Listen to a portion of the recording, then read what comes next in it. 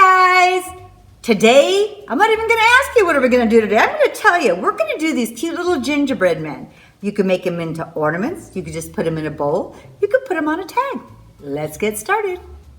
Okay, so the first thing is we're going to need some air dry clay, and that's what we're going to make our gingerbread out of. You could always make a salt dough clay or whatever recipe you like for ornaments, but I found this just worked the easiest. And I double wrap my clay to make sure it doesn't get hard. So when you take some out, you definitely want to seal it up right away. And I'm going to take a nice chunk. Then I am going to roll this out. You could use a rolling pin. I'm just going to use my brayer, and I'm putting a little cornstarch down so it doesn't stick. It lifts a little bit easier. So instead of putting it on my brayer, I'm just going to put it on the top of my clay. And I'm going to roll this out 1/4 to 1/8 inch thick, but you can make them as thick or as thin as you would like. If they're too thin, they're going to be very brittle though. What I'm also using is a fun little gingerbread cookie cutter. I think we all have one around somewhere. And if you really didn't, you could just trace and cut out with a knife.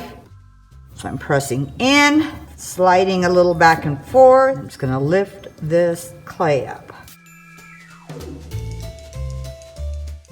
Now let's very carefully lift this.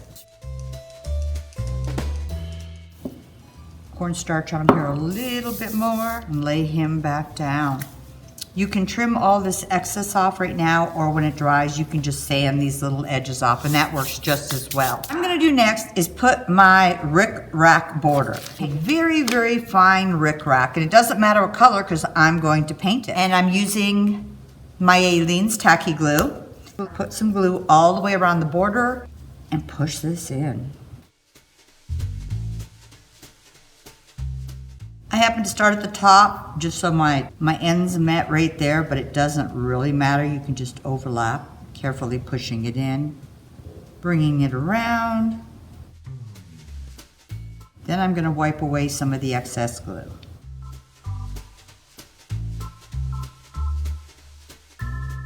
Definitely a little sticky and messy, but it really does go fairly quickly. And just trim a little bit of the excess off. Now I am just going to smooth out try to get some of this glue off of here, making sure this is adhered down here very nicely. I know I want some buttons down the front. I had this cute little stamp that was a button, but you could probably use even a real button, just a small button or something circular and make little dots and a line, but just something to press in to make your buttons. So I'm just going to press into the clay while it's still wet.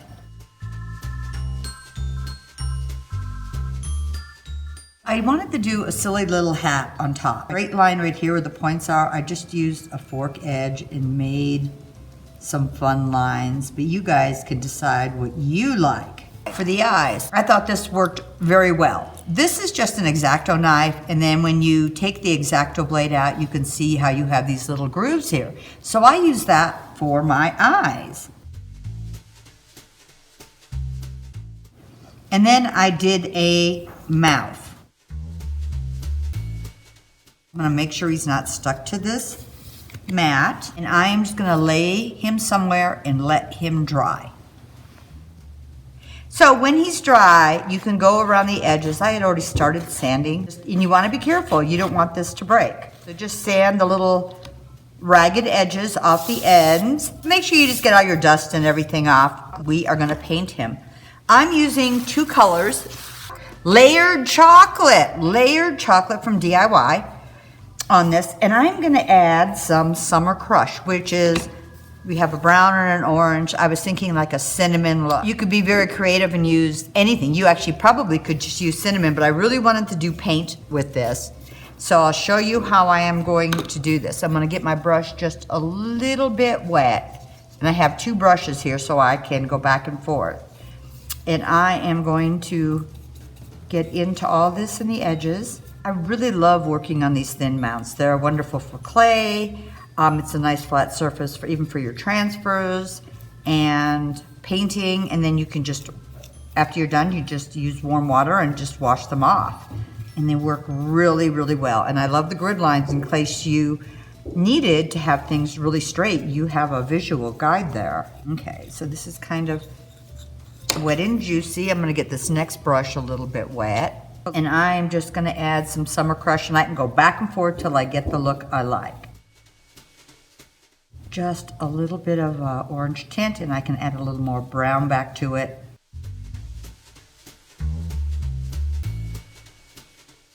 Okay, I'm gonna let this dry.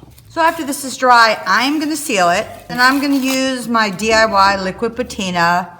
You could use any type of a liquid sealer you would like. So if you notice with DIY paint, when you seal it, the color gets more vibrant. Right now it just looks like white sealer, but it will get much, much darker. Okay, we'll let this dry really quick. So after your sealer is dry on this, I'm gonna use a little bit of crinoline, which is like an off-white. So I'm using DIY paint especially for this because it wipes back so easily when I need to wipe it back. This brand seems to work so much better for this process. I'm just gonna let this dry, and then we're gonna rub it back, and it really will be cute. So when this is dry, we're gonna do the magic part. I'm gonna take a baby wipe, and you could probably just use a damp cloth. And you want to be careful because this is clay and you don't want to snap it. Where I really needed my paint was in the buttons and the eyes, over the rickrack, but it seems just as easy just to do it all, but I really normally would not put quite that much on there. So what's happening is with your patina that's sealing your original paint, when I rub this, it is just taking off the top layer, which is the white. And unless you rub way too hard, it shouldn't go through the other layers. So I'm just gonna keep rubbing this back till I have the areas filled in with white that I would like. Okay, when this is all dry, I'm just gonna use my Distress Oxide Vintage Photo and very lightly go over this. And now I am going to seal this. I want these to be a little more glossy, so I'm going to use a polyacrylic crystal clear high gloss sealer on this. And this also, you can see the antiquing is reactivated and blending throughout this. And just go around the edges, seal him, then we'll let him dry. So if you wanted to hang this as an ornament, you could either just glue a string to the back. You could have made a little hole here at the top while the clay was still wet. But I'm probably just gonna put these guys into a little bowl. The very last thing I would do if I wanted to, and I probably won't on him, is when that's completely dry, I would take a teeny, teeny bit of red paint and blush cheeks on him. But that would be it. Okay guys, wasn't this fun? Okay, he's a little silly, but I still think he was so fun. And how cute in a little bowl. Or you could even put a little name tag over him and put him on different people's plates. Give this a shot, and I would love to see what you guys come up with. But whatever you do, have fun.